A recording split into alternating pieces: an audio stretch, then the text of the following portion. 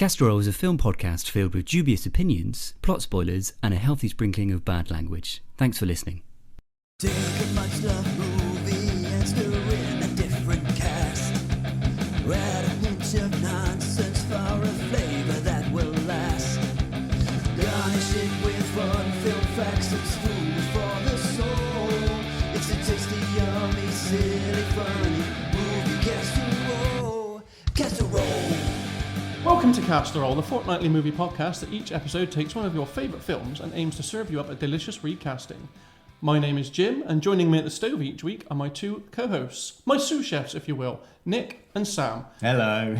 Hello. How are we doing, gentlemen? Jim, you say this podcast is about that, but is it really? Is it about that, or is it really about one man's journey to remember whether he's watched a film I mean, or not? Down the line, we might come across one of those. Anyway, how are we doing? Good.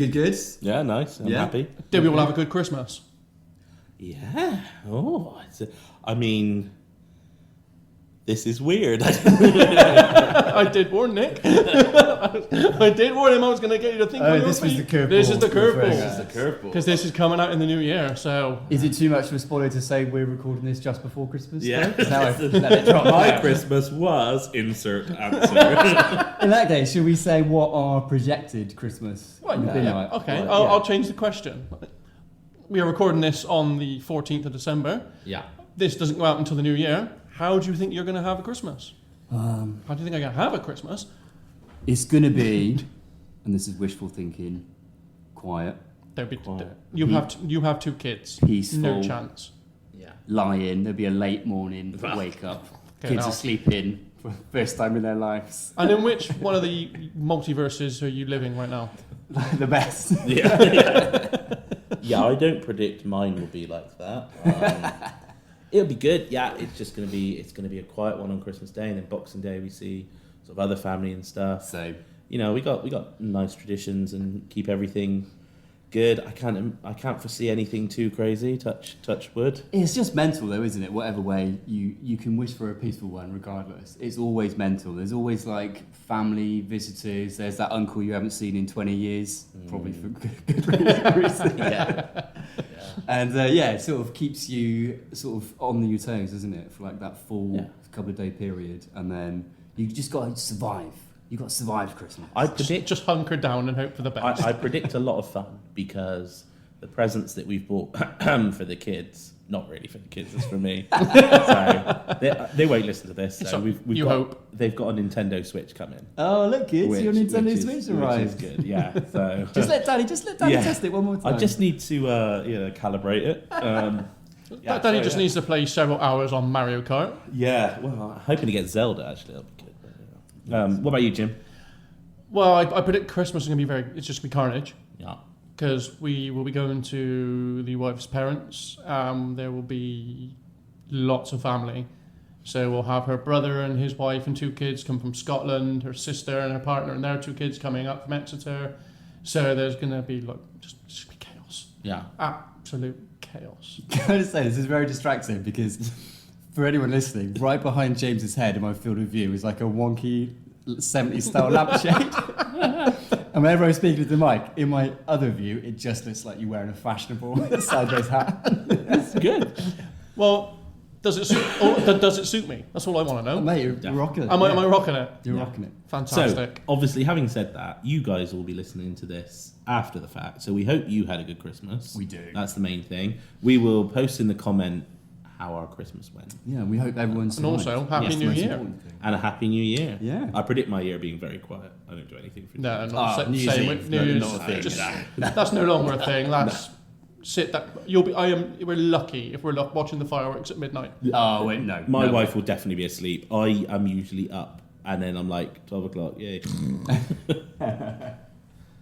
So, gentlemen, bringing this back to a filmy train of conversation. This This is a film podcast. But This isn't what we predict. That is why Christmas. we're here. So, in the world of film / TV, what have you guys been watching this week? I have obviously watched the film that we're going to casserole today. Watched a couple of other good films actually.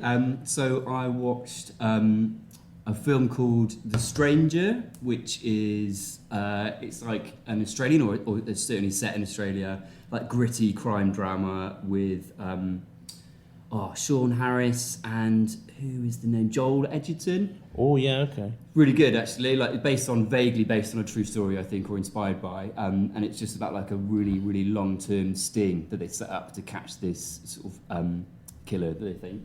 So that was really good. And then I watched a really good South Korean film called The Parasite, which I think I told you guys about. Recommended it. Yeah, so it's one of those ones where I have actually been recommended to watch it a few times, and I've not, but I really want to. So after your recommendation, I shall watch that. It was pretty good. Yeah, it was pretty good. So yeah, that's it for me. I've been watching. Well, actually, it's TV. Obviously, there's good stuff on TV. Christmas time. I have watched now. Obviously, given that we're recording this way before Christmas, but I have watched Jingle All the Way because that's a great Christmas film. It's the best Christmas film. It is great. And also the Doctor Who specials, the David Tennant, Catherine Tate ones.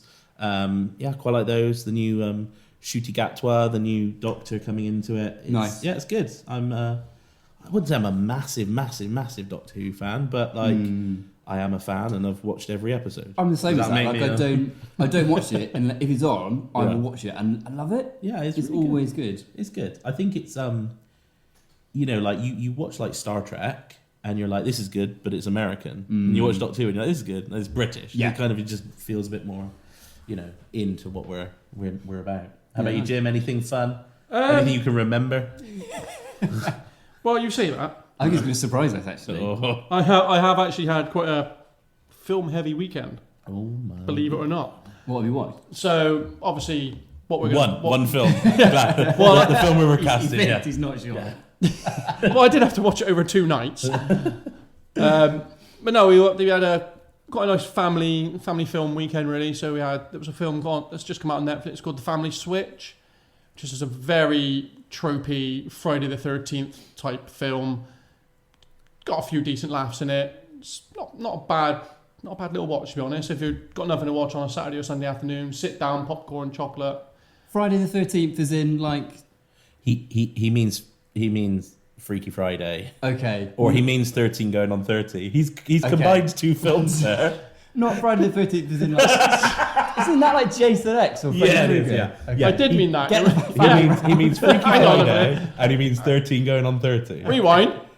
No, that's what's staying there. For any of you that don't know, it's based... Your lad must have been terrified. This man is young to get him started. Like, fair play. Yeah. Because I do love a horror film. But... Oh man, yeah. I want to know... I'm going to get pelters when this episode airs. I want to know if anyone in the comment section got what he was talking about before without needing us. He's talking about a film with Ed Helms and Jennifer Garner. It's very good. I mean, it's Jennifer Garner, so it's very much 13 going on 30. It's like she so loves playing. It's so tropey. Right, got Yeah. you. I tell you It's what, good. It's good. Ed Harris, absolute shout for the Deacon in Waterworld. Yeah, I think we said that. Yeah, Oh, yeah, did we we? did. Yeah, Ed Harris is a good one. Westworld and all that stuff. Yeah, he's great. So you watched a film that was a bit like Freaky Friday or 13 going on 30. That's the one. Yeah. And then we also watched the new Trolls film. Nice. Oh, the band together. Yeah. Just nice, easy sit down and just watch with the family. Yeah, I quite like Band Together. It was good. I like the Trolls films. I think it was so basically, if any of you don't know, in Band Together, like Branch, we find out that he used to be in a boy band, and obviously, voiced by Justin Timberlake, and you're like, oh great, that's going to be really funny. It'll be NSYNC. No. Oh, really? NSYNC do come into it. They're like the final. They're like the extra twist that you realise that Yeah. Branch actually used to be in another boy band. Oh, But no way. what that means, because clearly they were like, let's do this and let's get NSYNC in it. Yeah. But clearly they were like, That's NSYNC aren't good enough actors to pull off the entire film. So they'll just let's sing do at let's the do a end. Jackson 5 riff instead. Yeah. Oh, nice. Yeah, not bad. And obviously, of course, watching the film with Cast a Roll in. And I've also been watching a bit of TV, which I will go into duly. Oh, okay. All right, so should we tell everyone what we've been cast a rolling? Let's do it. Okay, what are we doing then, Jimmy? This week, And this is a film that you had not seen before. No, this is actually going to be quite a unique casserole. Which is unique for now because it's the first time we're doing one which I hadn't seen prior. This will not be unique. To be fair, the only reason we're doing this is because we've been through the 3 films he's seen. And even then, I wasn't convinced with one of them. Right, exactly, yeah. So come on, Jimmy, what is it? This week, we're doing Gladiator. Yeah, no spoilers because people would have seen that when they clicked on the episode. Exactly. Well, maybe I'll make the episode title something crazy.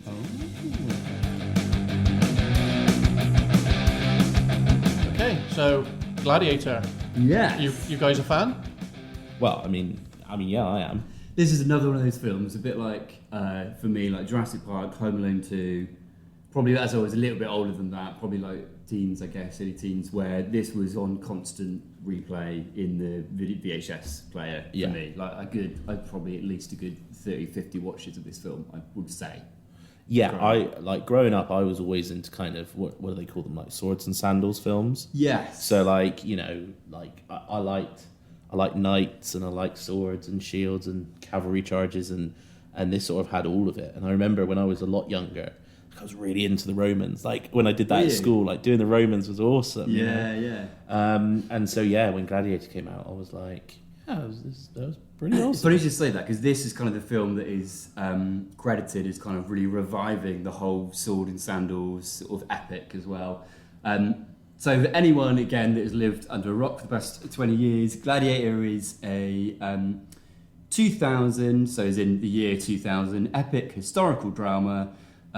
Directed by Ridley Scott, obviously starring Russell Crowe, Joaquin Phoenix, Connie Nielsen, Oliver Reed in his final cinema role, and a bunch of other really fantastic actors as well. Now, the most important thing for today, James, what did you think about this film? Truthfully, Yeah. crap. Honestly, it screams everything I should like. I love the Romans. Okay. That was one of my favourite subjects in school. I love it. This, if it wasn't for Joaquin Phoenix, would have been the drizzling shits. This was crap.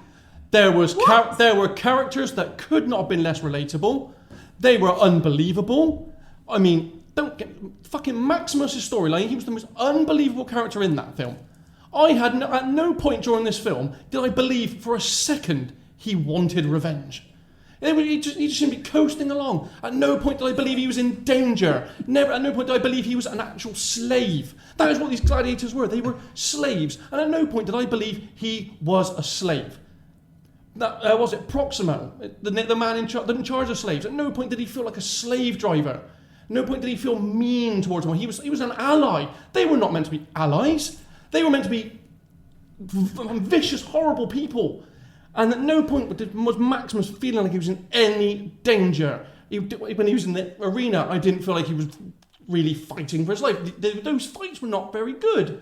Well, they were not particularly. I am currently watching something which I believe is far superior in Spartacus Blood and Sand. oh, good God. The character of Spartacus, you can at least believe he is fighting for his wife's freedom. You can believe the character. At no point did I believe Maximus was just there. He was just a character. I was not buying him as in any peril at any point. So anyway, going back to the summary of the film. Sorry, I didn't realise we were still summarising. We'll address Jim's slanderous comments. Those are some strong feelings. Honestly, I think if you're defending the film, you're lying to yourself. Wow. I think you are lying to yourself. This film won Oscars. I think that must have been a shit year for film. For this to win Best Film in the 2001 Oscars, it must have been a shit year in 2000 for films. I mean, I'm not saying For it's a masterpiece. Russell Crowe to win, are. for Russell Crowe to win Best Actor, there must have been some shit competition. Did he win Best Actor? The fact that Joaquin Phoenix didn't win Best Supporting Actor when he was arguably the best character in that film. I believed Joaquin Phoenix's Commodus. I believed the cowardness of him. I believed his jealousy. I believed him wanting the power. He was the only believable character in that film. So, I mean, Right. First of all, Where do you start, Sam? first of all, some of the things that Jim has said, I will be addressing in my history corner. Okay. So we've got Wikipedia corner, but for this one, so I'm a little bit of history buff, and I do know some of the things about this film, the real life people and the real life scenarios, and some of the things he's just wrong. Ooh. So we can address those. Now, I will say, however, I do agree that Joaquin Phoenix should have won over Russell Crowe. I don't think absolutely Russell awesome in Crowe's this film. performance was bad. I don't think it was. I think actually portrayed a more realistic approach to grief and loss.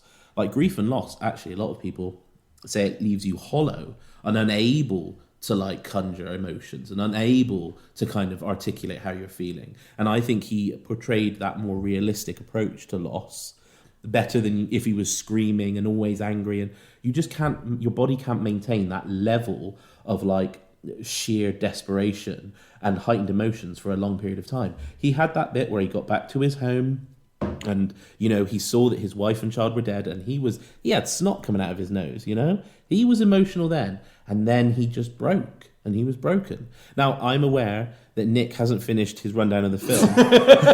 So, you know, we're talking about He things. is desperate to get this rundown finished. Let's go back to Nick and he'll tell you what actually happens in the film. So now is probably a good time to say the film centres around the Roman general, played by Russell Crowe, Maximus Decimus Meridius. He's portrayed by Commodus, who is the character played by Joaquin Phoenix, who is the ambitious son of Emperor Marcus Aurelius, the Roman Emperor. Played by Richard Harris, who's amazing. Correct, yeah, he's awesome in this. And then Harry Commodus... Potter! Wrong film. Commodus! But it's same actor. Same actor. Same wrong actor, film. same voice, brilliant. When Commodus murders his father, seizes the throne, reduces slavery, Maximus becomes a gladiator. I guess it doesn't explain that he's also kind of left for dead. Yeah. He manages to escape. He returns to his family, find that they have been killed by Commodus's sort of people that are close to him. So Maximus ends up being picked up by like a slave caravan, reduces slavery, becomes a gladiator, rises through the ranks of the arena to avenge the murders of his family and his emperor. And I guess that really sums up two of what I'd say the main themes in this film. One is revenge, right? It's basically a revenge flick, like a historical action revenge flick. And a buddy cop film. Yeah, who doesn't want that? Like a buddy cop film. Like all the gladiators are like buddies, and you got this one guy that was like 1 week for retirement, and it was good. It's Maximus and Commodus. Yeah, exactly, yeah. I suppose the other one, because it's interesting that you touched on the fact that, James, you said that you don't think that there's much emotionally going on in this film. No, I didn't say much emotionally. I just didn't believe him. Okay. But interestingly, I can buy the emotion. Like at the end of the film, when he's reunited, I bought that. When he finds him dead, I bought it. It's the in between. It's the shit in the sandwich that I didn't buy. that is what I didn't buy. It started off great. It started off great.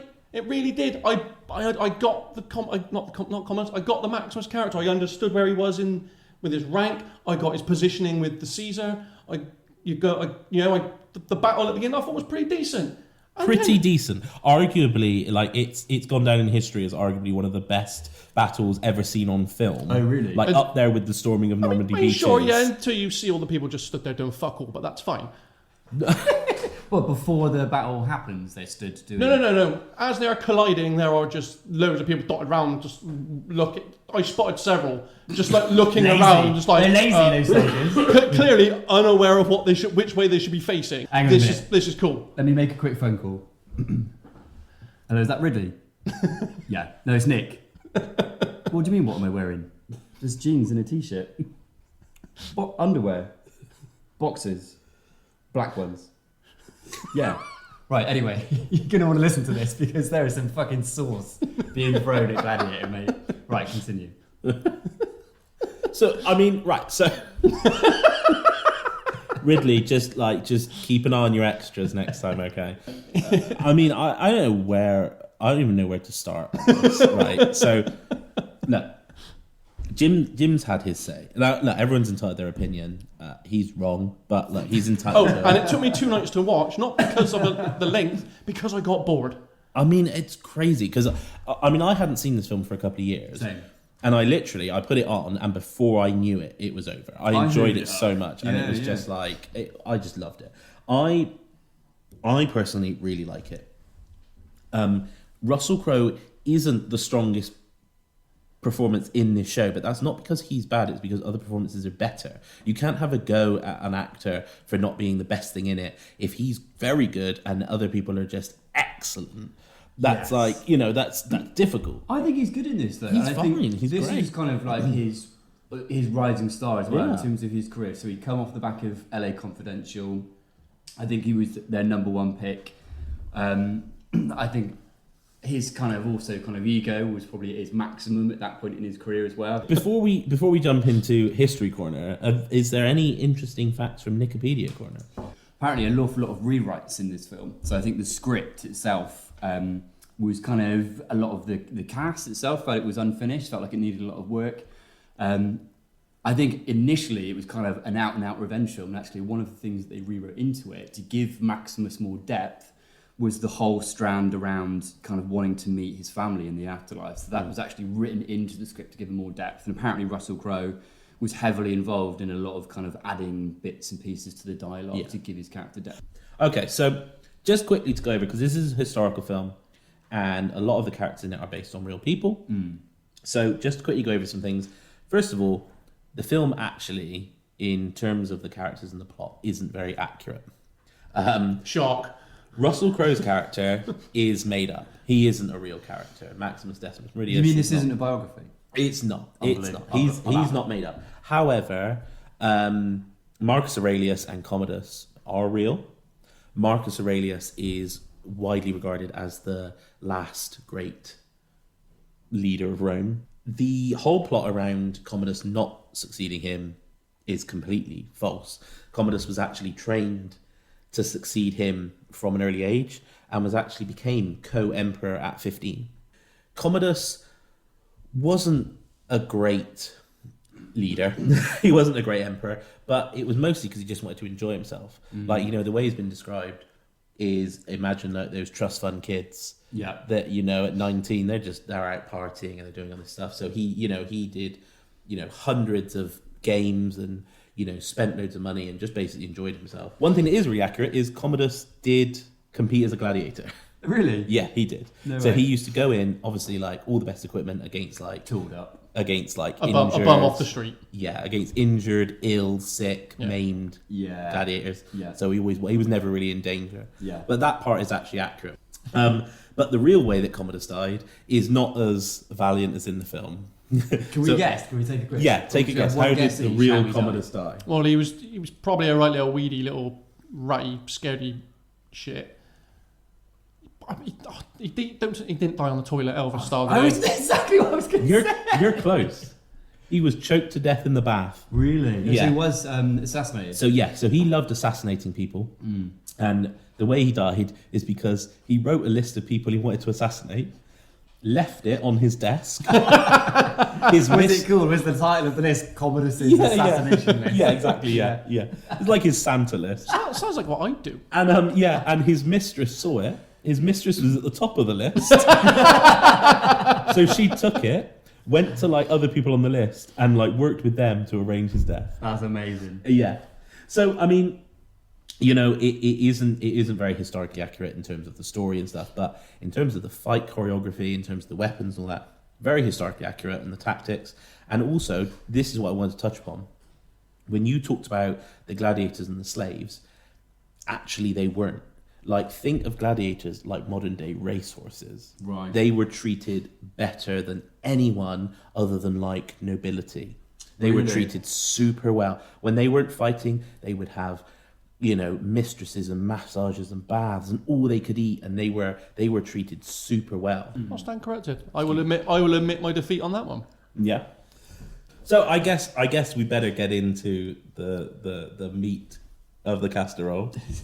We should. Are we ready to cast a roll? That's the question. I'm ready. Are you ready? I don't think I am. I might be.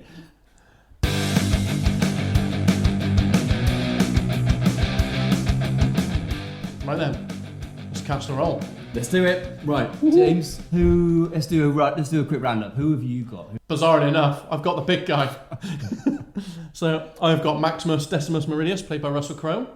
I will also be recasting Senator Gracchus, who is played by Derek Jacobi. He's like the good senator, right? Isn't he? Yeah.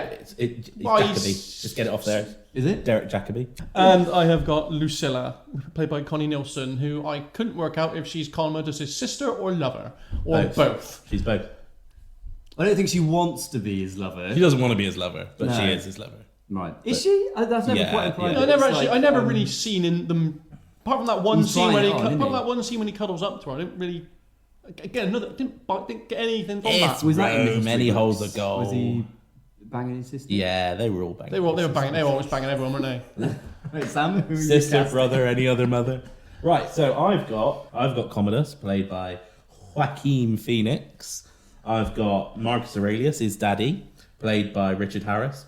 And I've also got Quintus, who is the sort of head of the Praetorian Guard, which I had to explain to Jim what Praetorian Guard was as well, played by Never Thomas Arana.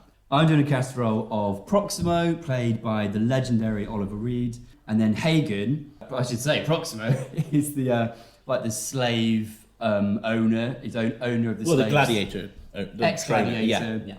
Who fought for his freedom, earned his freedom. He then became a slave. He was working in Rome to begin with, got kicked out of Rome, and then he's working in Africa. I've got Juba, who is the Numidian tribesman, the hunter, who became slave of the gladiator.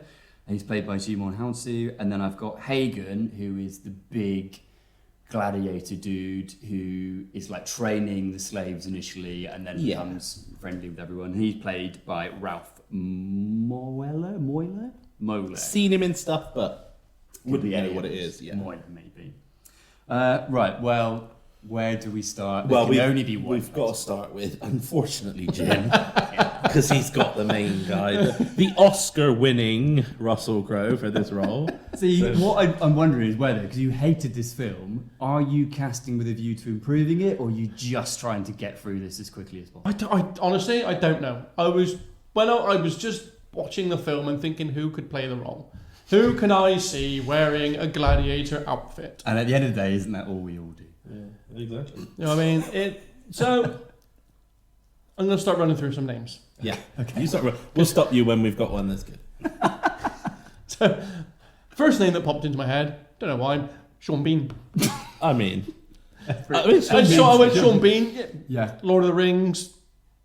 That film. That Sharp. Yeah. Equilibrium. Yeah. I was going. yeah, I was sort going of down. like- I was going down like period pieces. You know. Like, Yeah. Kind of. Mr. Bean. When he initially I mean- said Sean Bean, I was like... Commodus. I will have my vengeance. In this life or the next. I'm not against it. Okay, so Sean Bean. What's I mean, that? he's a great actor. Next name, Tom Hardy. I mean, yeah, you know. Yeah. Next name, Alexander Ludwig Okay. I Yeah. from Vikings. Yeah. Oh, yeah. Okay, cool. Then we went with Charlie Hunnam. Oh, I like him. I like him. he's great. Do you know what, actually? I really liked him in the Guy Ritchie King Arthur film. I was Have going you to say seen the that? the gangstery one. I mean, the gangster I one's really good, liked him in. called the Gentleman. Yes. That's really good. Actually, that might be another shout for what's his name's best role, Matthew McConaughey. He's brilliant. He's great in that. He's And great. isn't Hugh Grant amazing in that film? Hugh Grant is He's so good. He's like his renaissance. time, isn't he? He's brilliant. Right, but sorry. Charlie Hunnam is good, and the Guy Ritchie King Arthur is a bit hit or miss, but he's good. He's two of my favourite names. Next one was, which we have mentioned, Alan Ritchson. So from Reacher. Oh yeah, okay. Big, imposing motherfucker. Who might work for one that you're doing? He hang on. could Oh, take okay. yours. Cheeky. And the other name, which was the second contender, was Kit Harington. Oh well, yeah. But- He was in Pompeii, wasn't he? Was he? Yeah, which didn't do great. And my Game pro- of Thrones, obviously. But Yeah. I think he could probably be a bit drab, and I like him for Maximus, you know. I've just put up with 2 hours 50 of drab. Do you know my So- problem? Do you know my problem with Kit Harington is I don't have a problem with any of them. He was very good as Jon Snow, but he's a bit too pretty. Like, He's to a play he's a very beautiful man. Isn't Yeah, he? like He's got, not only has he got good face, but he's got good hair. yeah, And he's I'm just- bald. Well, So It's all right, mate. You're not in the film. yeah, but for that, but you can't be that Do you good wanna and have play- that good hair. do you want to play the part as one of the other gladiators to fuck him up? Do you know what? Can I? I think it's just weird. Spending a second. I know it's going to end in an argument again, but just to go back to Crow's performance in this. Yeah.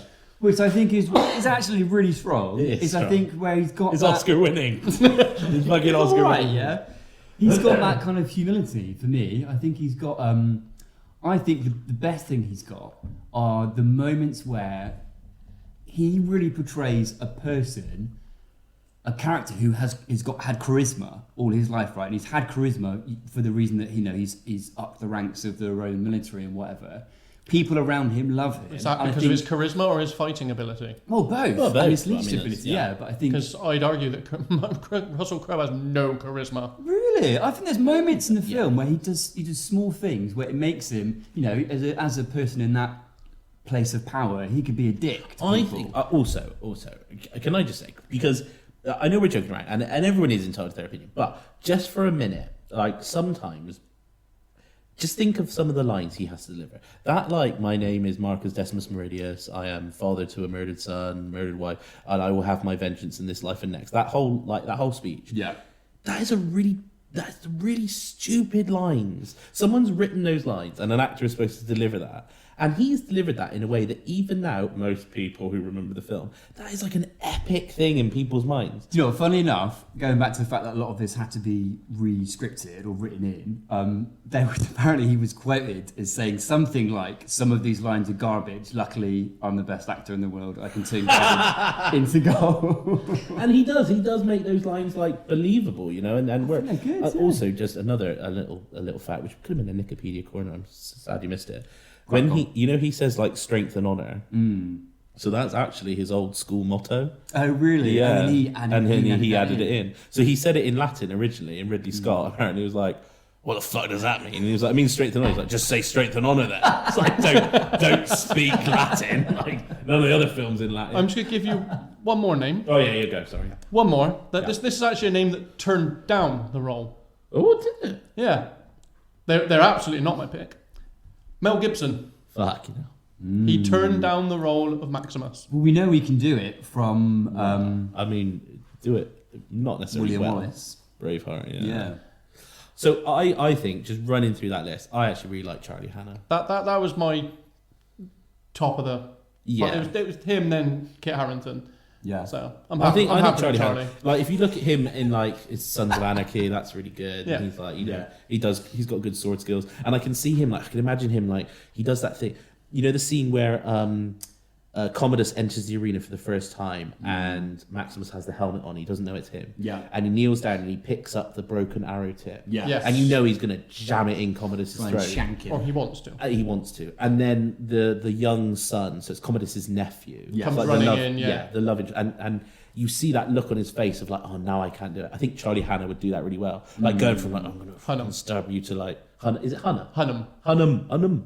Charlie Hunnam. Hunnam. Charlie Hunnam. You could see him do that, go from like, oh, I'm going to kill you to like, oh no, I can't, like, because there's an innocent there. I think he'd do that nice like turn of pace. Yeah, I think he'd have that charisma and sort of camaraderie with the people he gets close to, or Yeah, is close to in the film as well. Okay, so we lock in. I'm locking in Charlie Hunnam, yeah. Lovely. Okay, great. Now, the big question is, do we go from that very spicy meatball straight into Commodus? I think, or would you yeah. like a little palate cleanser? I think we. I think we've got to go with Commodus. I think you have to. You've always got to go. I think with the. You've got to go with the big. protagonist You've got to go with and the big ones, haven't you? Yeah. Okay. Should we start just by talking about how awesome Joaquin Phoenix is? He is awesome. Well, I've He already should. said it. He's for me the best part of the film. Yeah. First big breakout role as well. Yeah. Apparently he was super nervous during a lot of the filming. I think they had to take him out and get him drunk once or twice to chill him out a little bit. But yeah, he's fucking awesome. The Honestly, monologue if it wasn't for him, I'd have had an awful time with this film. Fucking hell. Honestly, I'm not sure I'd go that far, but he is, in a film that I really like, he is the best part in it. And you can see in these roles now, like, with the Joker and with Napoleon, and like, he's carried it right through. Yeah, it's been like cornerstone of his career, isn't it? So that being said, I wouldn't recast him because he is excellent. But I think I have three quite interesting names here. Some that would kind of change it up a little bit, some that would kind of keep it the same or whatever. But my first one is my Hollywood pick. Now, all three of these could technically be the Hollywood pick. Okay. But My Hollywood pick would be Ralph Fiennes. I Yeah. mean, you know, we love Ralph Fiennes. Yeah. He's great. He's in Schindler's List. He's in Harry Potter. He's in English Patient. What is the Hannibal Lecter film that he's in? Dragon. Oh, Red Dragon. Red Dragon. He's fucking awesome in that. It's And I just terrifying. think you could imagine him. You know, when Commodus first comes into it, he's kind of almost a bit snivelling. He's trying to get his dad's affection. He's not quite pathetic, but he's almost on that kind of like, oh, Dad, like, are you okay, kind of thing. Yeah. And I think you play that, and then when he turns and just cold-blooded kills him, he's got that like look in his eye. And you know that scene as well. I where, love that turn, by the way. It was just flick of a switch, Really just like good. snap of a finger, choke him out. It was. And then The monologue he delivers in the lead up to that as well is the best exactly. part of his performance, I think, as well. It's pretty stunning. and so I could see Ralph Fiennes really delivering that really well. Yeah. Like a younger, presumably. Yeah, quite like a younger- Schindler's List Yeah. kind of age. Yeah. So like young and kind of all these actors have kind of gone for like younger. Okay. So my dark horse pick, and you might like this one, Nick. Oh, go on. I've got a dark I've actually gone with Daniel Radcliffe. Have you? Yeah, I actually think Yes. Daniel Radcliffe could do it quite well I think because he'd be amazing. I I could think see it, he'd yeah. lean more into the like trying to get attention, trying to get like respect, trying to be, because let's remember the actual age of Commodus is 19. Oh, really? Yeah, so like he would, you could see him in the Senate and everyone like thinking they know more than him, and him actually, being quite put together, and that kind of like, when he's at the games and there's that scene where the blood happens, he pokes his tongue out and he's like, like Yeah. he's really getting into it. Yeah, I could yeah. see Daniel Radcliffe doing that, and also Daniel Radcliffe can't smile, and there's not many times in this film where he's called to smile. Hey, Radis has got my vote. Right? Yeah, he's brilliant. Always. I like that. I do like that one. My pick is just one up from that. Oh, hang on. Is Timothy Chalamet. Oh, Now, okay. do you not Yeah. like him? No, Do you not? I really like him. Have you seen Henry V with Timothy Chalamet? of course I haven't. I have. Yes, I have. Yes. Obviously, June is massive at the moment. And June's June massive. 2 is about to come out. But specifically, obviously, Henry V, plays a knight, fighting with swords, all that stuff. Yeah. But there's a scene specifically in it which made me think of, a very similar kind of scene, is where it's at the end of the film and one of his like friends has told him how he betrayed him, and he's kind of like, he's seeming like he's going to forgive him, and then he just kills him out of nowhere. And it's very much like that Commodus scene at the beginning where he's like talking to his father and he just sort of kills him out of nowhere. And don't forget, Jim, Commodus is meant to be, and he absolutely is, like, hateable. Do you know what my big curveball for Commodus would have been?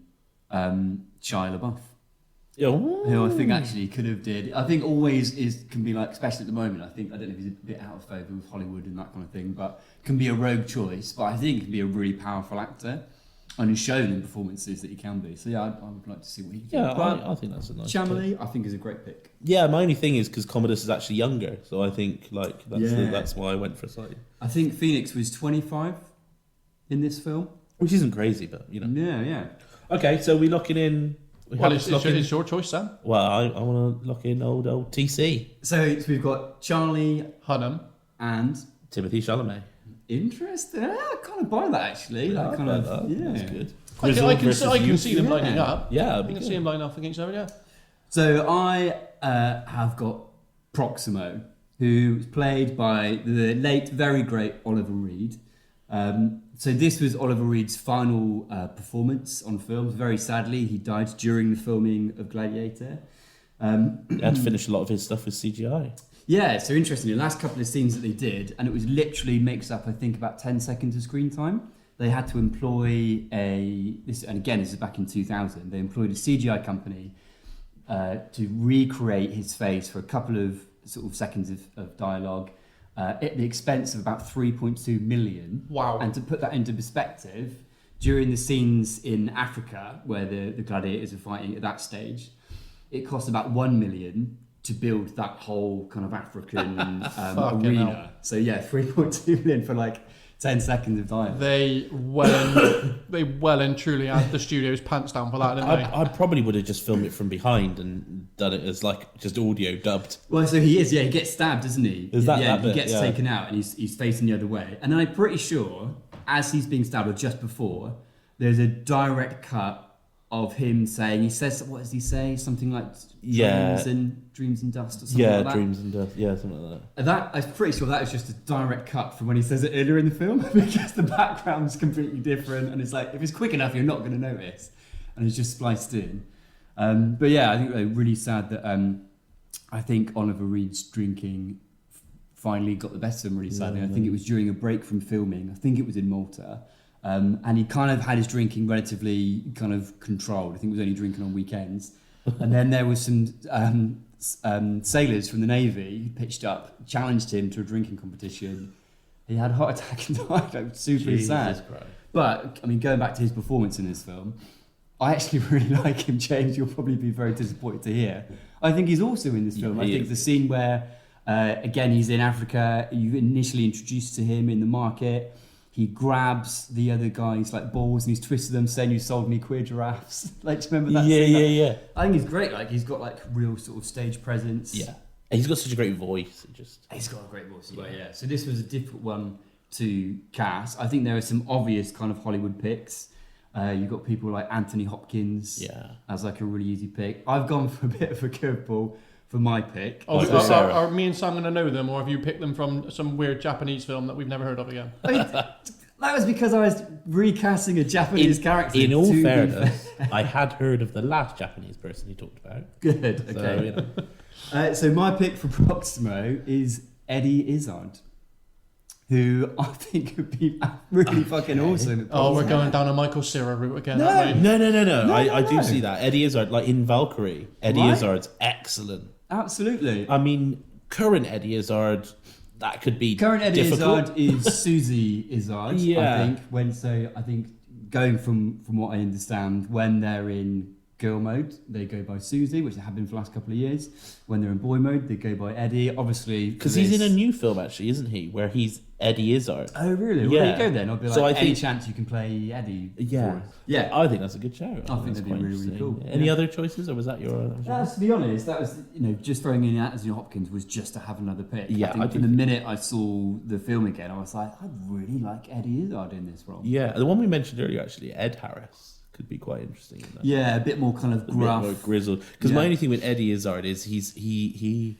Oh, that's it. Also, he's in all the ocean films, isn't he? He's really good in that. He doesn't feel like somebody that's won fights killing men. Is the only thing I'd say. But I think he could portray that. I think what he's got is kind of the he could really have the kind of. I feel like if he was playing the role of Proximo, he might sort of. I don't want to say like almost glam it up a bit more. He'd maybe have Yeah. like more like slaves Yeah, around him yeah. all the time. He'd be being fanned and fed the grapes. Like Yeah. he'd be living on the fact that he was like this former celebrity and stuff like that, thinking very highly of himself. And I think that's quite interesting in the character arc that he needs to let go of the past a little bit, particularly when he decides to kind of help Maximus as well. He knows what he's doing. He's consigning his death, isn't he? Really? Yeah. Nice. Okay, Eddie Izzard is Proximo. Nice. Jim, back to you. Who have you got next? Well, where do you want me to go? Do you want me to go with Senator Gracchus or Lucilla? I think we'll go with the love interest. Yeah. Yeah. Okay. For both. For both characters, the love interest and sister. Well, obviously she used to be a love interest of Maximus, wasn't she? She loved him. I don't think he. Ever loved her. I think they used. I don't know if they actually explained it, but I think they did used to. Before he was with his wife, I think they used to. Maybe. They used to have a thing. They Yeah, used to have a thing? Yeah, Yeah, I think there was always yeah. a thing. So we'll pick up on the fact that the whole way through this film, he's like, I'm going to meet my wife and child in the afterlife. She meets him a couple of times and is kind of wanting to be close to him. And he's like, nah, get off, like my wife and child. And then towards the end of the film, he says it again. And then he's like, I will get off with you quickly, though. And we'll give you a kiss. And they have like quite a big Just kiss. before I don't they? leave the earth, I just just tongue me a bit. so yeah. Then the final scene, I just imagine him when he's walking through the field of corn In the and the afterlife. kids running towards him, and just the wife looking at him like, you I know fucked what up. I know what you've done, and you're now in eternity with this. Yeah. Oh shit, man. That would be bad though. Yeah. She's like, I will have my vengeance in this fucking live or neck, boy. So Lucilla. Yeah. So I've got. I'm gonna bet Rachel McAdams. Played by Connie Nielsen, right? Who we haven't Yeah, even played by Connie spoken about Nielsen. this. Yeah. There's going to be a Gladiator 2. There it is. Oh yeah, James, I bet you can't. I am buzzing. I don't really know anything about it. I don't know how they're going to do it, but Apparently Russell Crowe is in it. Well, so I can only I've think- actually read he's not. Oh, he's not in it. Or Okay. he's refused to comment. Right. But apparently he was conveniently in Malta around the time of filming. maybe it could be like a Flashback. Force ghost. Oh, yeah, okay, that works. I think it revolves around Lucilla's son, grown Commodus. up. Which would make nephew. sense. Yes. Okay. Makes sense. So yeah, so you've got Lucilla, who is Commodus' sister/lover, that is clearly very afraid of Commodus, but also wants to betray him and free Maximus and Well, it's more about help freeing her defra- son. and free her And son herself. from because her son's Yeah. Matt Commodus is clearly getting a hold of the son to try and mould him, I guess, groom Yeah. the child. Yeah. That's a bad word. No, no. Sway him He to be- was yeah. really trying to groom him, wasn't he, to become. Well, there's also, I think there's probably also like, there's probably undertones there of him being like, oh, like if Commodus dies, her son's going to take over. So there's like a little bit of like keep him close because he might be the heir. But at the same time, if she I she have wants an to heir, get I him need to away kill him because she off. does not want Yeah. him to become like yeah, Commodus. exactly. Yeah. He's a bargaining chip as well, isn't he? Yeah. Commodus literally comes out and says, like, if anything happens, like, your son's literally going to die. Yeah. So what did you think of at least of Colin Nielsen's performance as Lucilla? She was alright. Hated it. Fucking shit. No, she was alright for when she was on screen. I think she did what she needed. The role was played how it. I got from that role what I thought I was getting from that role, which was a scorn lover / sister / just someone that wants to get away from the oppression of the ruler. Yeah. I mean, like, the bare summed up minimum. perfectly. bare minimum, Bare you know what I minimum mean? for Jim. Look, Just look. Yeah. We're not coming here. We're not coming to me for the nuanced cinematic takes, are we? Let's be No. fair. Okay. She was in it, she didn't like Commodus, and so the film happened. I've Quick take recast. from Michael Caine there. Yeah. Hold up, So Maximus. I got an idea. I got some names, and I got one name that's like that probably is going to be my Emily Blunt, and I may need to Oh. Yeah. Limit yourself. limit myself. Oh, okay. Let's see. Even though I've only seen one film with her in, Film that you hate. I actually did quite enjoy, Okay. but I just really like her. So then I'm going to run through the names. First, Jennifer Lawrence. Yeah, she's good. I think the only issue I'd have with Jennifer Lawrence is I think we'd start falling into that I think she's- every A-lister in every role. Yeah, I also big think time. she's too much of a strong female character. I think for this role, where this Lucilla needs to show a bit of vulnerability. Yeah, Speaking of Jennifer's, apparently Jennifer Lopez was going for the role of Lucilla as well. seriously. Would you have taken a Lopez over Colin No, Nielsen? No. I don't think I would have bought that. No, No, no. even I could sit there and say no. But she's so believable. She's just Jenny from the blocks. She Of course really she is. is. Yeah. Then I went with a couple of actresses that can do a bit of a period piece. Okay. So thought, fuck, really? Get your giggles out. Get the giggles out. It's just coming from you. It was less that connotation. It was more you saying period piece. I'm imagining you sat down watching the fucking.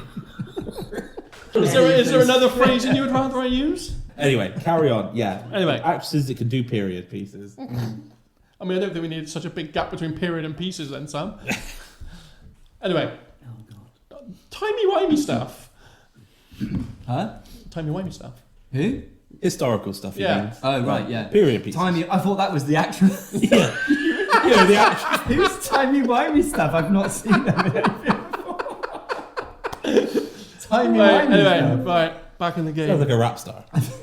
Right, back in the game. Right. So I started looking at actresses that have been in more like period pieces, historical stuff. Yep. And the first name that came to me was Lily James. Oh, I really like Lily James. I don't know actually. Lily James. She's So in Cinderella. she's Cinderella, Downton Abbey. Okay. Also the War and Peace. Which is Yeah, she's in loads. Of she- stuff. she- You'll know her as soon as you see her. she does a lot of those kind of. Okay. She does the phone adverts. She doesn't does. as well? Yeah, that's where you know I mean, her from. that's one reference point for you, I guess. I really like Lily. Is she your Emily Blunt? No, She might she's be my coming Emily up. She's Blunt. coming up. I'll tell you another Lily who I think is absolutely great. Savage. Proximo. That's my Proximo. Lily Savage. No. Carry on. Lily Allen. Lily Allen. Is Lily that Allen. awesome? Yeah. Yeah, that's not a bad shout. Oh, he's open to that? It's not a bad shout. Okay, what's your next pick? Obviously, she was considered for a role in Game of Thrones before she realised her brother was going to have to finger her. So, Jesus Christ. Well, I mean, that would work for this role then. anyway, She's got former. the next name is someone who I don't actually think's been in anything for a while. It's Keira Knightley. Oh, okay. I mean, Keira Knightley. I feel like she's dropped off. She I've not. has. I don't think she's been in a lot, if anything, of recently. No. Probably not, no. She's not that great. She was... It was all about Keira Knightley for that period of It- I mean, was, I feel but- like it was. She had her Pirates of the Caribbean boom, and then just kind of. Well, she did lots. She did Pride and Prejudice, she did Pirates of the Caribbean. She did that weird one where she was like a secret agent that like no one bought her as like a secret agent. Oh, really? Like, yeah, it was just. I'm not a massive fan of Keira Knightley. She's fine, but I don't feel like she could really do a piece with much chops to it. But maybe I'm being unfair. Keira bashing over there. So is that the one who you were like, that could be my Emily Blunt? No. Okay. All right. Are they coming out? Then now. Right, If you okay, let me get there. So many names. If you let me get there, let's because the person I'm casting for this role is your namesake, Florence Pugh. Big fan of Florence. Oh, yeah, I'm a big fan. Yeah, Florence Pugh's amazing. She is someone I'm going to have to put a ban on because I love her. Yeah. You know what I've known Florence Pugh from initially, which you guys... Family reunions. Not only that, is a film I can almost guarantee you guys probably not watched, is a horror film called Midsommar, which is absolutely amazing. I love that film. You seen it? I have, yeah, I love it. Yeah, I love it. Nice. It's not good if you're a husband. In fact, that is what she would do to Maximus if he cheated on her. This is true. I like Florence Pugh. I think that's a really good shout. I think she, as an actress, she does quite good acting when she's not saying anything. That's a weird thing to say. But in a lot of these scenes, when you see her in interviews, you understand. she's almost like she's almost like a very everyman's lady, isn't she? Yeah. She is one of the boys. But You there's a would lot- see her down the pub necking pints. Well, what was the one film that you've seen her in? Oh, Fighting My Family. Right. right? Yeah, that is good. That's good. I haven't seen it. It's WWE film. Oh, is it? It's like she It's like plays. it's a biopic. Biopic. Well, kind of biopic, but cool. of Paige. Paige, otherwise known as Soraya, Yeah, Soraya yeah. The Knight family. Right. So She plays Paige. Yeah, it's Right. good. It is a good film, but yeah, I just love her. Yeah, she's good. She's good. Yeah, nice. All right, I like it. Lock it in. Yeah, she's in. And I can't make any headway on Lily Savage playing the part. No. Of I mean, Priscilla. you can try and fight the corner of Lily Savage, but it is Florence Pugh. All right, deal. Is it Lisa Paul O'Grady? Yeah, Yeah, Paul O'Grady dead? yeah. maybe. Okay. But we've had Very- dead, very- dead people in it before. Oh, yeah. So that's not stopped us before. See episode 2. Oh, man. Okay, so Florence Pugh is in as Lucilla. Where do we go from here? Well, I think Keep over going to round, shall we? Sam for his Yeah. his next one. So Right, Sam, who have you got? I got Big Daddy Marcus Aurelius, Nice. played obviously expertly by Richard Harris. I think he's really, really, really good. In He's this really role. good. He's really good. Just his rapport with Harry Potter is just excellent. No, obviously So played by Richard basically, Harris. don't recast him because he's already got a good. He's He's good. always only in the film for like the first Half hour 20, tops. Yeah. Yeah, he's really good. Obviously he's no longer with us. Unfortunately, he died after the first 2 Harry Potters. Yeah. And was replaced there. But yeah, he's excellent. A huge. I mean, I couldn't go through all the films he's been in. Yeah, he had such a career all the way through. He's excellent in this, and again, it's one of those roles where you don't want to recast him, and so my picks for this have been very much like they're people that are also just excellent. So during that monologue with Commodus, just before Commodus kills him, and he's like, he's down on his knees, isn't he? Once it really gets through what Commodus is saying, it's almost like that's the first time he's really understood how much Commodus is hurting. And it's that he like plays it so well. your feelings as a son. He does it almost that like whisper, broken voice. It's his classic kind of delivery, isn't it? So I've gone for like all three picks could again be Hollywood picks. The only reason I put this one in Hollywood pick is because reasons. But my Hollywood pick would be Patrick Stewart. Nice. We know that he can deliver the thespian. We know he can. I feel like deliver it'd be the very Shakespeare. stagey. Yeah, it would. But I mean, Richard Harris is Well, you is could quite potentially stagey. get that with Daniel Radcliffe as well. He's had a very good stage presence, Yeah, and he's a very West Endy, stagey My guy, so he could be like that with Commodus. So it. Did we choose Daniel Radcliffe? No, we didn't. No, I was just point out that you could have got that with him as well. Okay, got you. So I mean, Patrick Stewart would have been great. He would have delivered the lines well. He would have done it well. Yeah. My dark horse pick, my joke pick, Yeah. would obviously be Michael Caine, Of course. because you know. He's having a, Commodus? he's gonna have to have a Michael. He's gonna have to have a Michael Caine band soon. Oh, that Commodus. You're not going to be emperor, all right? But my actual pick, and this is it, is Ian McKellen. Oh, yeah. I mean, yeah. It's such an easy. that's the like, thing. you And just- I was like, do I go with Ian McKellen? I don't know what, but I mean, He's great. you may have heard from previous ones how much I love Lord of the Rings. I don't blame No, you. you've never mentioned it. I've taken Never been mentioned. never mentioned. No, It's never been mentioned. but I mean, he would deliver it so well, and I think you've also got to take into account like the love for the actor. Like I think people seeing Ian McKellen die so quickly in a film, people would be like, "Whoa!" Like, Hold on now. hold on now. Instantly, you're going to get a lot of hatred. You're going to get a lot of hatred towards Commodus Exactly. because you make. Fuck, do you think you're doing? That's Ian McKellen. That's Gandalf. That's Magneto you're killing. Why don't you just stop him? They're all in metal armor. Just push them away. So I'm going with Ian McKellen Nice. or Michael Caine, but no, Ian McKellen. It's got to be McKellen. Michael Caine could be the announcer. Oh, the guy with the eyebrows. The guy that definitely sounds like he's coming over a tannoy. I'll give you the unbridled hordes. Okay. It definitely sounds like he's coming over a tannoy though when he's doing that. All right, Michael Caine is Legio now Scipio. the announcer of the Colosseum. Yeah, right, Amazing. Right, Ian McKellen, Marcus Aurelius. Okay, so I have got Juba, who is the Numidian hunter tribesman. So he is the first person that Maximus sees after he flees the Roman army when they try to execute him. He escapes that. He rides from Germany to Spain on some horses to go and rescue his wife and child. Gets there, he's too late. They've already been killed. And I think like he's in a bad way. And he passes out. Is that right? Probably Yeah. either from he's got an it's either from injury. exhaustion, he's fucked up. probably dehydration. Kind of. He's got the cut on the arm, isn't he? Yeah, which has got blood poisoning. And Okay. actually, the Numidian, is it Numidian or Numidian? Numidian. Numidian puts like the maggots in there and is like cleans the wound out. Cleans the wound. So when Maximus opens his eyes, Juba is the first person he sees. And then throughout the film, they get this real connection. And then I think Juba, I'm pretty sure, has the final lines of dialogue in this film, where right at the end, he walks back into the Colosseum. He buries in the sand the two little like clay models of Maximus' Yeah, I think you're right there. Yeah. wife and son that he prays to.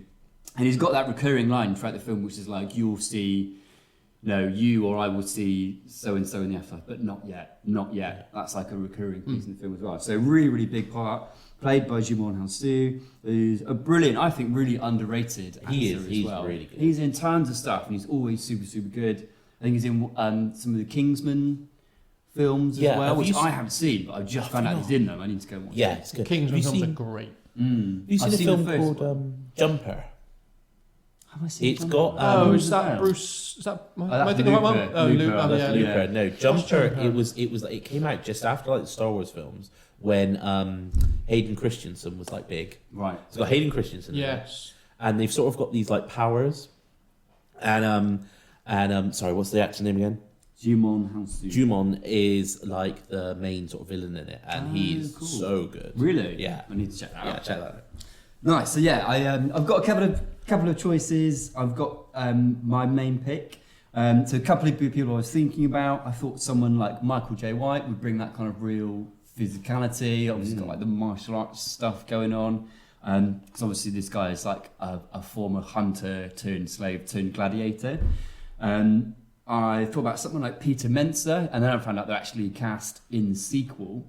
So my first one is an actor, British actor called Daniel Kaluuya, who, if you don't know, have any of you guys seen the amazing sort of horror thriller film called Get Out? No. Yeah. Oh, yeah. Okay. He's the main character in that, right? Yeah. What an awesome film. He's really good. And then he's in like Nope. Yeah. I think might be. Yep. Yeah. Same director, I think. I really enjoy his performances. I feel like he could bring a sort of interesting dynamic to that role. But he's not my main pick. My main pick involves changing the gender of this character. Oh. Because the person I think would be really cool, and it hinges on me asking you guys, have you watched Orange is the New Black? Yes. At all? Okay. Yes. Yes, I am going with Pusey Washington, who is Samira Wiley, who I think is absolutely awesome in Orange is the New Black. Yeah. And I think that kind of changing the gender, I think absolutely still works. I think that, she's also tiny. She's Well, if you're really going to small. go with changing the gender, you could always go. Can't think of the actress's name, but the woman who plays Michonne in Walking Dead. No, don't watch it. Don't know him. No, I know it. So I've gone with person that I know. I like what you're saying, like that very much that like, sort of warrior woman kind of thing. Yeah, right. Absolutely still works. Yeah. I don't know if it's because kind of the character of Pusey in Orange is the New Black has a shaved head, and in my head I just feel like that's a good fit for the character. Like, fierce warrior who would be like a former hunter, tribesperson.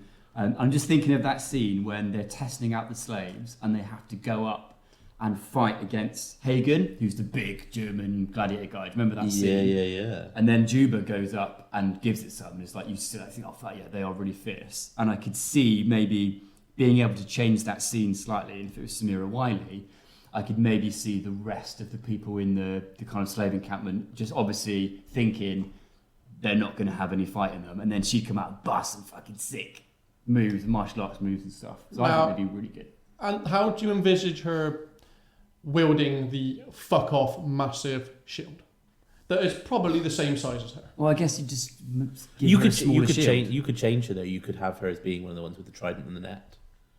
I'm not too worried about all that kind of stuff. I guess if you cast them, you'd change the film accordingly, wouldn't you? You wouldn't be like, right, you need to hold this shield. We won't see you for most of the film, but you're holding the shield if possible. Yeah, I don't think that's too much of a problem. Really interestingly, female gladiators were known as gladiatrix. Oh. They wouldn't have fought with or against other men. They would have been their own category. But, It's Hollywood, baby. Hollywood, baby. I don't think Ridley would mind. I'm going to put it I out don't there. think he would. I think it would be interesting. It definitely would be interesting because I like it. Especially that first one where you'd like completely underestimate her and then she could do some flippy shit. And just kick Exactly. some ass. And I reckon she would she'd do like a flip kick or something. I like give him it. a bloody lip, and maybe he'd be like, "Oh fuck you," and then later on he'd learn to like really admire. Do you know what it reminded me of actually? That scene in Starship Troopers. Where they're raw recruits and they come up and the drill instructor, that massive guy Zim, is like, anyone gonna step up? Yeah. And then obviously the love interest character steps up and she's like, I'm going to, and she fights him and she actually kicks him a bit and then he just smashes him to the ground. But there's that very much the feisty kind of kick in the ass. Yeah, totally. Yeah, I'm just thinking, and that would create an interesting dynamic as well within the slave gladiator camp. Yeah. So I think just introducing a female presence would just it would add more dynamism to everything. In that case, Samira Wiley is in. I'm really happy. Lock it in. Cool. Back to you, James. Jimmy boy. So my last one is Senator Gracchus, played by Derek Jacobi. There we go. Yep, Jacobi. Make sure I get that right this time. Who incidentally was in a series Odd Couple type series with Ian McKellen. Yes. Oh, really? Yes, he is. Yeah. So- No, it's called Old Bitches or something, isn't it? It is something like that. Old bitches. It's something like that. It's something along the lines of that. So tell us a bit about the character of Gracchus, because if people that maybe haven't seen the film recently, he's kind of easy to be lost in amongst the other senators, I think. Yes, but he eventually he shows himself to be an ally because his aim is to help buy Maximus's freedom. Yeah. That's his end goal. He coordinates with Lucilla to just try and free Maximus from what he's doing. Yeah. The series he's in with Ian McKellen that Jim thought was called Old Bitches is called Vicious. Anyway, so Derek Jacobi, I mean, amazing English actor in loads of stuff. I've Blimey. only got 2 names. Okay. Both I think are brilliant. Yeah. So I think we'll just decide between us, fight out. All right. They are Ian Glenn Yeah. Okay. and Kenneth Branagh. Oh, so instantly Derek Jacobi was in Henry V, the Kenneth Branagh Henry V. Yes. Yeah. I do like a bit of Branagh. I do love Branagh. Obviously, he's currently Hercule Poirot Yeah, in the I'm Agatha liking Christie adaptations. I'm liking the Poirot film. They are. I've not seen the most recent one, but I've seen the other 2. Yeah, I've and not seen the most recent one. Yeah, they're decent films, aren't they? Good, yeah. Kenneth Branagh is great. I think 2, I think, very good choices. I think Branagh would be better at like the Senate stuff and like feeling like he's giving a performance, you know, because I think Derek Jacobi in it is very much, you know, when you're on the floor of the Senate, you're almost performing, Yeah. and like feeling like you're an actor playing an actor almost. I think Kenneth Branagh would do that really well. Yeah, there's a touch of stage about, even though it's film, there's a touch of stage about the role of the Senate, isn't there? Nice. I agree. Right, cool. Yeah, so Kenneth And Branagh. actually, I can really see him saying that role, you know, when at the end where he's like, "Who will help me carry him?" Like at the end. yeah, that's a big line. That's Yeah. a big line. I like, okay. That's a Branagh. I like it. Kenneth Branagh. Nice. Locked it in. Easy, simple, done, bosh. Sam, over to you. Okay, so my final pick is Quintus. Now, I've tried teaching Jim what a Praetorian Guard is for literally days. He is the leader, the captain of Commodus's, well, any emperor's royal guard. The Praetorian Guard, they were like the best of the best. They were bodyguards. They were there to, you know, ensure his safety. And at the start of the film, it's seen very much that Maximus and Quintus are like friends. Yeah. They joke together, they laugh together. Yeah. You know, they want to see each other after the battle. Yeah, they like laugh together, they joke together. You know, they want to see each other after the battle. They actually exchange the strength and honor, brother, kind of thing. Yeah. And then obviously when Commodus kind of commands him to, you know, Quintus gives the order to kill Maximus. Now it's not like he's not a bad guy in this. He's just very much like, I will do what my emperor tells me to. Yeah, I guess that's fair. You know, to say. it's he not- has that he gets that resolution, like where at the end he's able to kind of redeem himself, right? Yeah, so then right at the end, basically, the Praetorians are all surrounding Commodus and Maximus when they're fighting, and Commodus loses his sword, and he's like, give me a sword, and Quintus won't give him a sword. And then he asks the other Praetorians, and they all start to unsheath their swords. And Quintus says, like, no. And obviously they listen to their captain, they put their swords away, and at that point Commodus knows, like, he's fucked. Like, yeah. He's lost the people, he's lost the army, he's lost it's the god. played by Thomas Anana. I'm gonna murder this last name. It's like Orana. I think it's Orana. I'm just gonna call him Thomas. It played really well by him, and I've seen him in other things, but I couldn't really name what he's been in. He's good in it. He's good. He's good in it. He's solid. My Hollywood pick. Again, I feel with both these picks, I might be falling into the trap of you know, A-listers and everything, but I think that's fine. I think this bit part, you kind of want someone that actually's got some gravitas. So my Hollywood pick would be Josh Brolin. Oh, nice. You know, he's kind of grizzled. I feel like he, you know, would kind of, you know, be on the level, maybe slightly younger Josh Brolin, not like quite now, a bit younger. No Country for Old Men. Yeah, No Country for Old Men, kind of Josh Brolin. Yeah. And I feel like he'd give a good performance. He'd be gruff. Like he would. I feel like you'd really buy into like him not wanting to do this, but him doing it because he's very. He's just loyal, honourable, and loyal. I haven't gone with him. I've only got 2 picks of this, but my pick actually for this would be Mark Strong. Nice. Yeah. He's good. Again, it would be like, because I think Josh Brolin would be a bit too kind of grizzled, a bit too like older, and I think Mark Strong has a really nice ability for you to like hate him one minute and and then love him in really, the next really scene. like him. Yeah. Yeah. I think he's a great pick, great actor. He's And you know what? If you said to me, if we weren't doing Gladiator, we just met on the street, and you said, "Boom, think of an actor in full Roman soldier attire." Do you know what? I think Mark Strong would be. Yeah, has he one of actually the ever played a first Roman? I person. don't know if he's ever played a Roman. It just but fits, though, doesn't it? it does fit. It does fit, yeah, absolutely. Okay, cool. Well, that's my last pick. Mark Strong is Quintus. Nice. In. So my last pick is Hagen, who is the massive German slave gladiator. So he's the gladiator where we first properly kind of see him where he's testing. So Proximo is going through his new stock. He's getting all his slaves tested to see like how good at combat they are. And they have to face up against some of like the more battle-hardened gladiators, and Hagen is one of them. Played by Ralph Moiler. I'm going to go with Moiler. Moiler. Yeah, it's the O with one of the O's with the little dots above it. Moiler. Moiler. Nice. Moiler. That's good. Okay. Moiler. We'll go Moiler. Moiler. Yeah, and then obviously... Moiler. Stop it. Sorry. He has a really interesting like developing role through this because he's in a lot. You know, he's in all the big battles. He's really sort of dependable from a sort of combat prowess perspective, and then once everyone finds out who Maximus is, because he doesn't reveal himself initially once he's in the slaves, he has a lot of admiration for Maximus. I think he's meant to be like Germanic, right? And at one point he asked Maximus like, were you leading all the armies in Germany, or Germania, as they call it, I think. And Maximus is like, yeah. I was like, the rest of that goes unsaid, where I thought he'd kind of be like, so you probably killed most of my friends and family. Don't worry about it.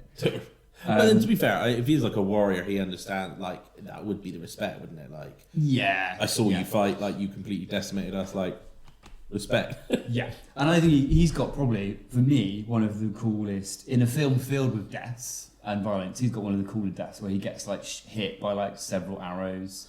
He's still standing, and then he goes down. Yeah, I think what's sad about him is he doesn't have like a public death. Like his death is like vital, but it's like unseen. You know, he's just doing it to let Maximus escape. Because at one point he escapes and is recaptured, whatever. But he doesn't die in the arena. He doesn't die to applause. He doesn't have like, you know, it's an honourable death, but it's like a hidden death. You know? Yeah, that's a really good It's not point. the kind of death a gladiator would want. Yeah, but pivotal at the same time. So I've got a couple of picks. I think what I was going for is kind of the physicality of this role, and they're meant to be like massive, really intimidating.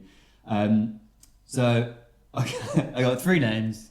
You do with them what you will, guys. I mean, the fact that you chuckle to yourself first. I've got Jason Momoa. Yeah. Almost too easy, but I think Conan. Almost too big a name as well. Yeah.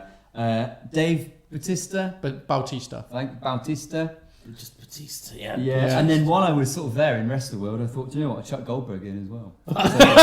He would do it as well. He's Goldberg's in. he's probably out of those 3. He's probably the better option. Okay. Because he's not too big a name. He definitely would. And he would do it. Like, he definitely would do like a spear on someone or something. He would have it in his contract as well when he's like, spear I'll do someone. it, but I have to spear someone. Do like the jackhammer. Yeah. Or I have to hit someone with the jackhammer. It's like, Actually, that'd be quite clever if he spears someone with a spear. Yeah, it's not a move, but it's like, oh, Goldberg speared someone. That's good. And then someone goes, nice spear. Yeah. Spear! Michael Caine. Yeah. Bloody hell, lads. I think he just speared him. I can't, in all good conscience, allow you to pick fucking Bill Goldberg. Why can't we go Goldberg? No. Is he alright? Have you seen Universal Soldier 2? No. He's terrible. he is awful. I'm going, that's locked it in for me. Goldberg's in. Fuck. He is an awful actor. Goldberg's in. Honestly. I gave you a name. But you were all on for Goldberg about 15 seconds Yeah, ago. but he's awful. You don't care. You hate this film. Yeah, but I wouldn't mind trying to make it better. Alright, fuck it, Bill Goldberg. Goldberg, please. Yeah. I mean, don't get me wrong, it would be funny to see him spear and jackhammer someone in the gladiatorial arena. Has he been in much aside from No, because he's a shit fucking actor. He's had some bit parts in like NCIS. Everyone things like that. deserves another chance. I mean, all right, let's go with it. He is shit, but He's got you want him. physicality. Yeah. To be fair, if he didn't like speak much, if he just did like grunts and like next kind of like, all right. He doesn't have a load of dialogue in Well, this film. coincidentally, that is his catchphrase. You're next. Yeah, who's next? Yeah, he could say that when he's doing it. He's doing Yeah. he's basically all of his wrestling Like, stuff. yeah, like he comes onto his theme tune. pyro comes out. He headbutts the door Yeah. or the cage door. If any of you don't watch wrestling, I'm sorry, this is all lost on you. But I yeah. don't, but I'm in. But, You sold it to me. right, Bill Goldberg Thank you, is Mueller. It's Hagen. That's the actor's He's name. Hagen. Oh man, that's Locked in. Right, so all right then. So should we run through our locks? yeah. Let's do it. So we've let's- made let's put- a let's- cheeky let's- casserole out of Gladiator. Let's put the pot on that casserole. Okay, Put so the lid even. Let's do it.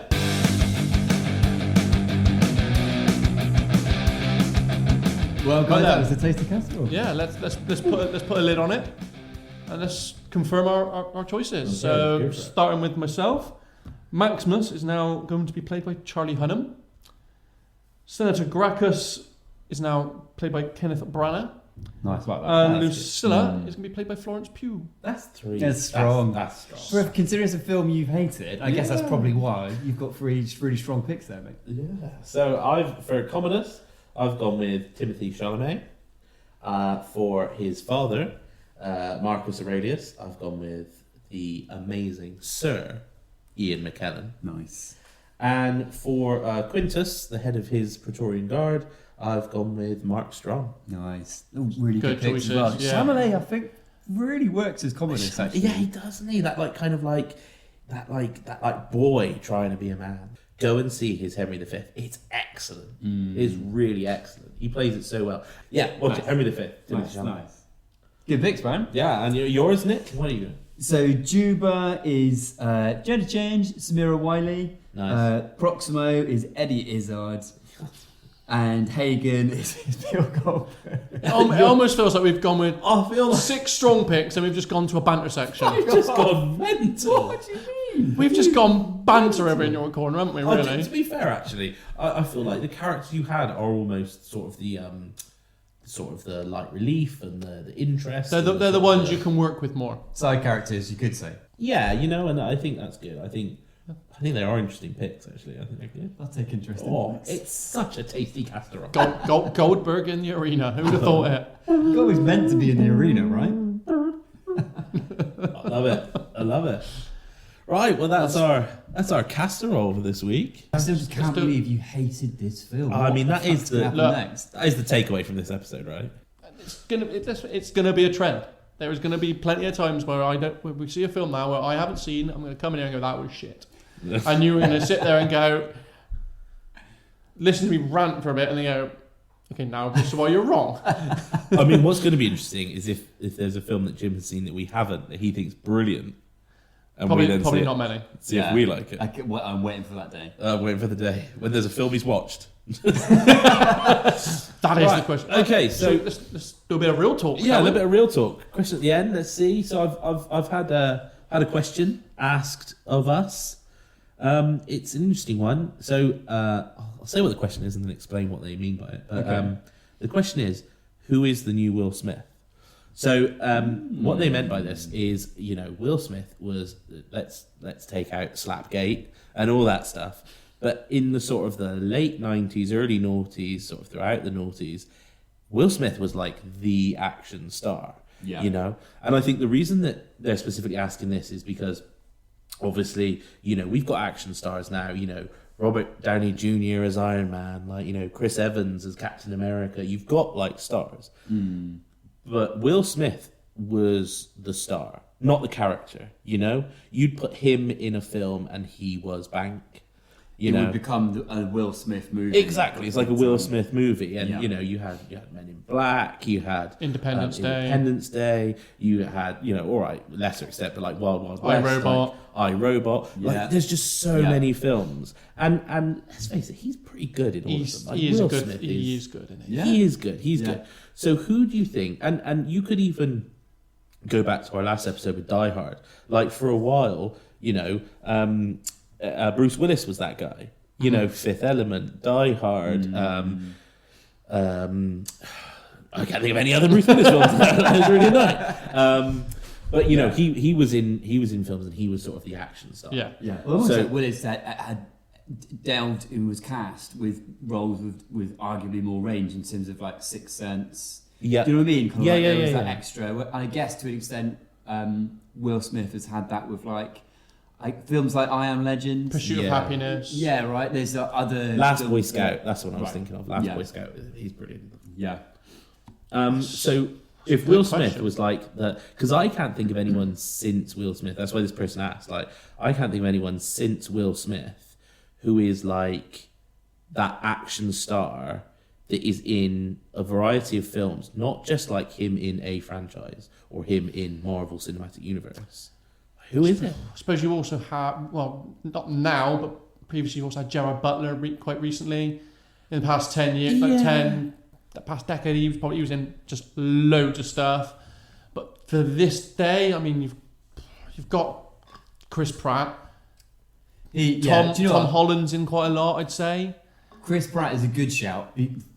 I guess you've got two answers to this. You've got who we would see as being like becoming or could on the Yeah. rise to that kind of place in Hollywood, and then you've got who's the closest to be there now. And actually, I think there's a good shout. Chris Pratt is like, you know, if you think about being cast in those big franchise films, the action star, Guardians of the Galaxy, Jurassic Jurassic World, Park. Mario. Yeah. I think he's the voice of something else as well. I can't remember. I think he's been.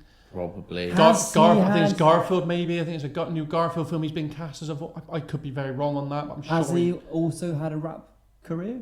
He's not had a rap career. He hasn't had a He big- doesn't sing at the end of all of his films. He hasn't had a big Pratty style. No.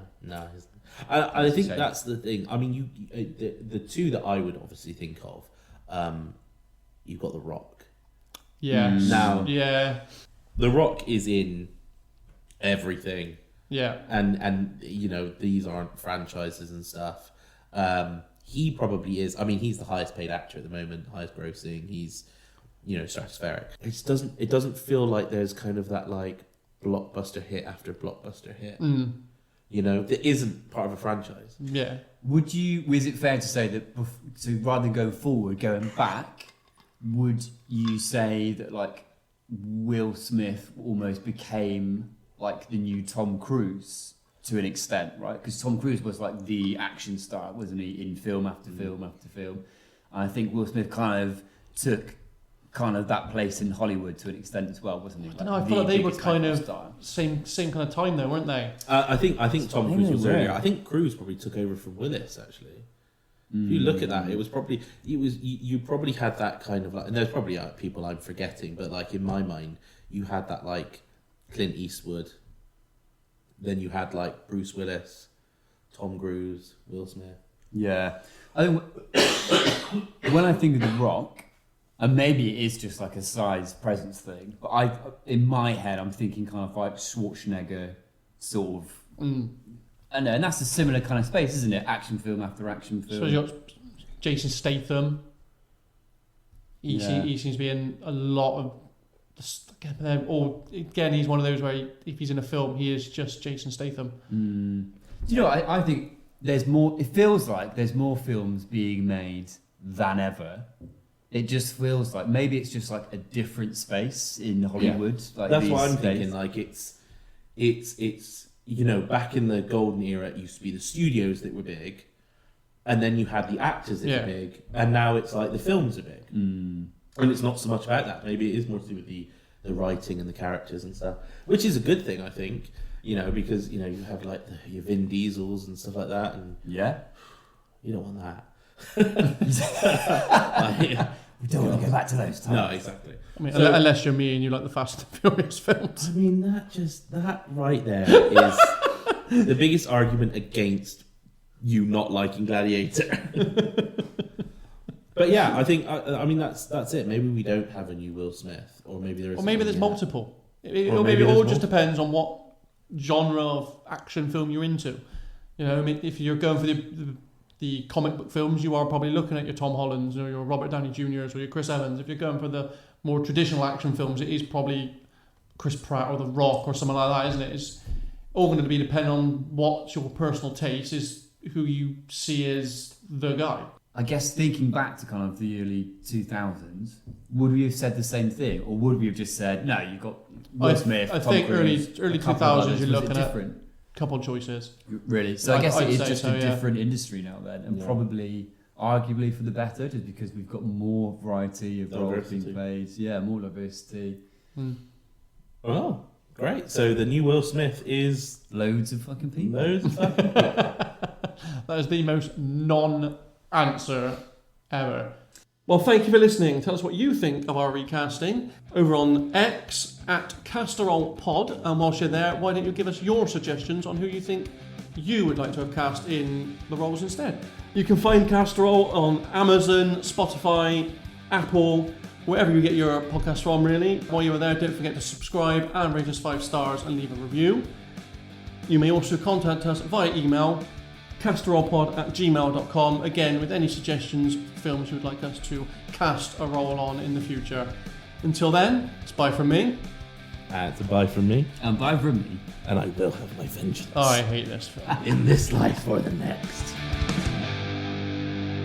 Movie casserole, casserole.